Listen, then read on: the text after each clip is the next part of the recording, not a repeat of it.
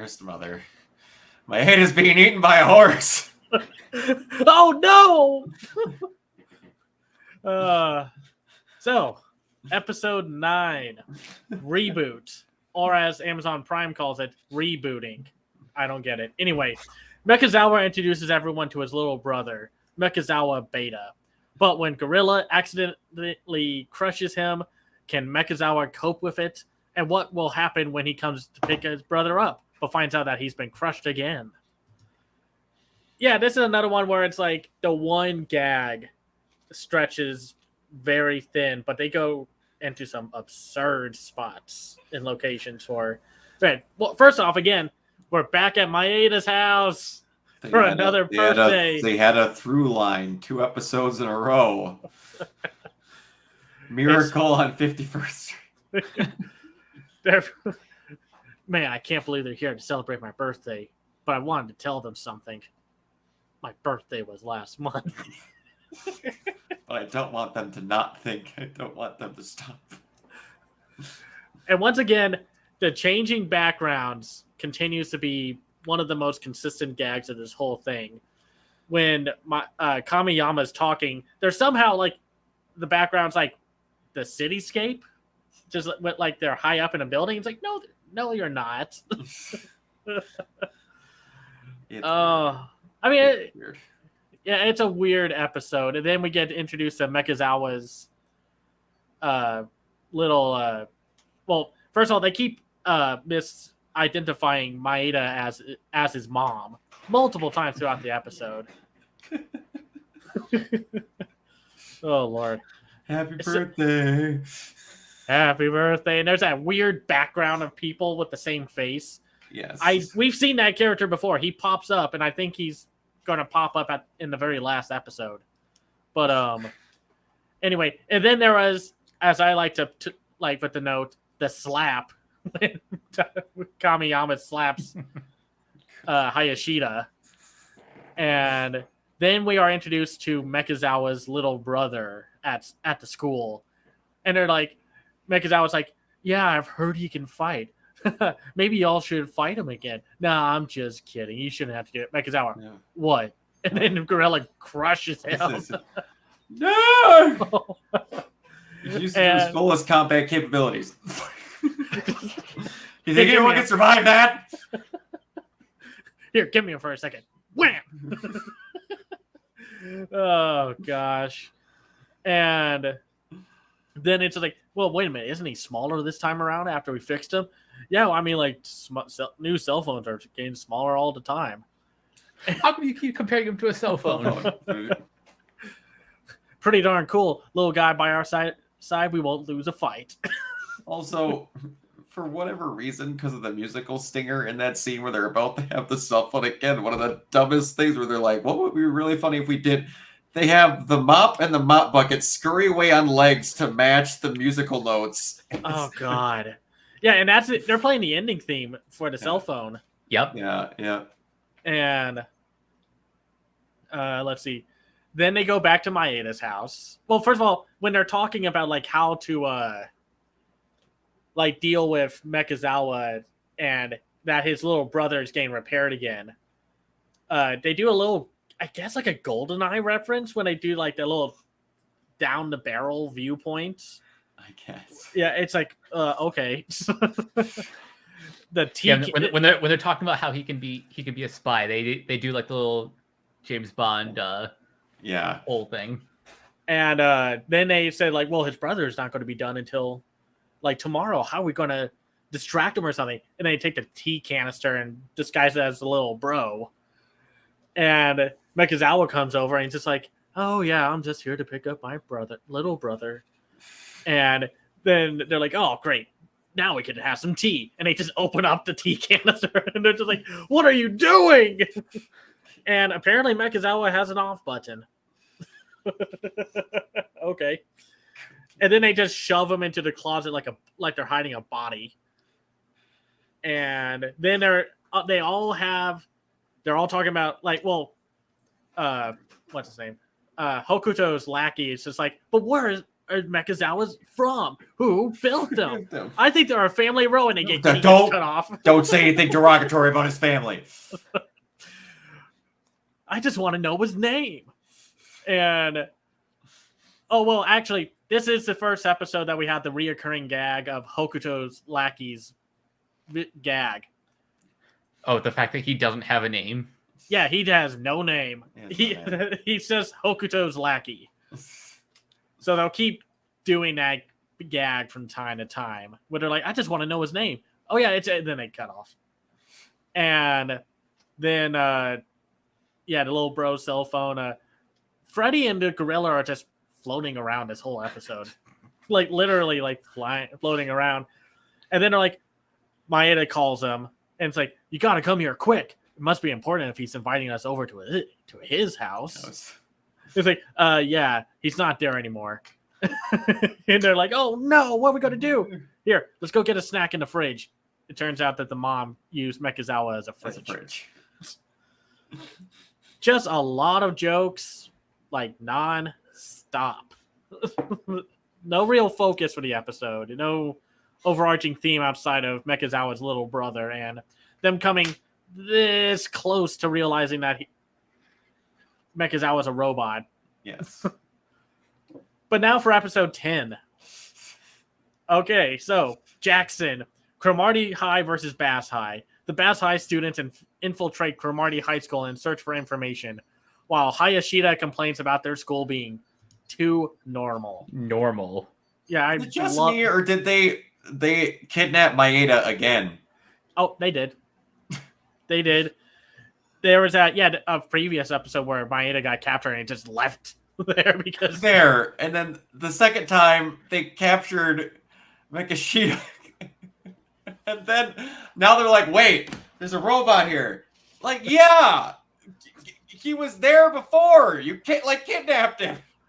Well, it's like they start off with the nose hair gag for the for the Bass High members, and it's not the best joke to make a reoccurring skit out of. And then Hayashida and Kamiyama are having a talk about like how boring school is while they're walking back and forward in the same spot. Something exciting would happen. You didn't know he had a horse, so I guess you haven't seen him outside of the bathroom. I want to know what the context there is. Like, what do you mean in the bathroom? I know there was an episode before where Freddy rides out of the bathroom on a horse, but now I want to know what happens in that bathroom. I can't overthink it. It's dumb. Just don't overthink it. And then they go on to this like philosophical rambling of just like schools are meant to be boring because we're learning, and they cannot be boring because then they'll realize they're living boring lives. All I want is something to make me laugh. And then they have they're introducing all the little background gags, like the mop in the bucket, the UFO that's flying around, the weird old man. Don't ask. And then he doesn't say anything either. He's just like a head in the clouds. So you want to see something that makes you laugh? Mm-hmm. Maeda gets bitten by the horse. Oh no, Maeda's getting bitten by a horse. I've watched that gag because it's been uploaded to YouTube like 12 times in a row, like some days, because it's just like it starts with Kamiyama's head in the foreground, Hayashida in the background. It cuts to the horse, and then it switch spots, and the screen ratio changes. And then it's like, oh no, Maeda's getting bitten by a horse. The ratio changes again, and then it goes to like glossy shininess, and then it's like, nothing. Yeah, we see this every day. Yeah, that's nothing different. Does not. So then it goes back to the Bass High group where they kidnap Maeda, and then the Bass High students go to see Takanuchi to be like, yeah, we kidnapped your classmate, and if you want him back, you're going to have to fight us. And they're like, we found something disturbing. They're like these horse hooves like prints are huge, just like an elephant. well, is it a horse or an elephant? I like how also horse and elephant equals guinea pig. I was wondering what that was. I didn't know if that was like a dog or some kind of rodent. I don't know what that was. And then they're just like, it's like, well, is it a horse or an elephant? It's not an elephant. It's a horse. I didn't say it was an elephant. And they stretch that all out for the rest of the episode, going back and forth between like, wow, I just found something even more disturbing. A vending machine out in the field. You idiot. We have a vending machine here. Yeah, this one doesn't take 100 yen coins. Hello there. Hello there. That's not a vending machine. No. And then it's like, oh man, we found something even more disturbing. There's a gorilla here. And this is where the joke where I was kind of like, I don't know how they could have made that work. But they're just like, so is he a gorilla? Because sometimes every school's got one of those. And it's like, I didn't know how to take that joke at first because I was just like, oh, okay. Yeah. But even though they put it can be taken a certain way. Yeah, and then they're like, wow, we just found something even more disturbing. Let me guess. You found some aliens there at the school. How did you know? No. You see some people getting taken up into the UFO. And then it's just interesting. They're like, oh, yeah, no, Takanuchi's not here today. And they're walking off. There's an alien. Don't bother. Don't bother. Don't worry about it. It's fine. It's fine. And Maeda's just like, hey, can I go home now? Can I go home now? Can I stop being a running gag, please? Yeah. Oh Lord, this show. It's like each episode, like the logic just kind of breaks down. Gravity no longer matters. There's aliens. There's robots. I don't know how long ago before this was, just because I'm trying to think when Tim and Eric Awesome Show Great Job came out. But it seems like it was like a few years beforehand, and that's what this show kind of starts feeling like from time to time. They have all these awkward acting moments, just countless random gags. I mean, I love it. It's just an interesting aspect of soon this kind of humor with the random stuff would start being like a mainstay with stuff like Tim Heidecker's comedy stuff, and then on YouTube with a bunch of people taking the wacky random humor. Yeah, this show predates Tim and Eric's Awesome Show Great Job by 4 years. Yeah. God, it's amazing. This was early. It's something else. Yeah, well, it's interesting to see where comedy comes and goes with what's popular at this point in time. Because not that they don't do gag or skit comics or routines anymore, but I mean that's basically what Robot Chicken is. It's just kind of like a modern day version of that.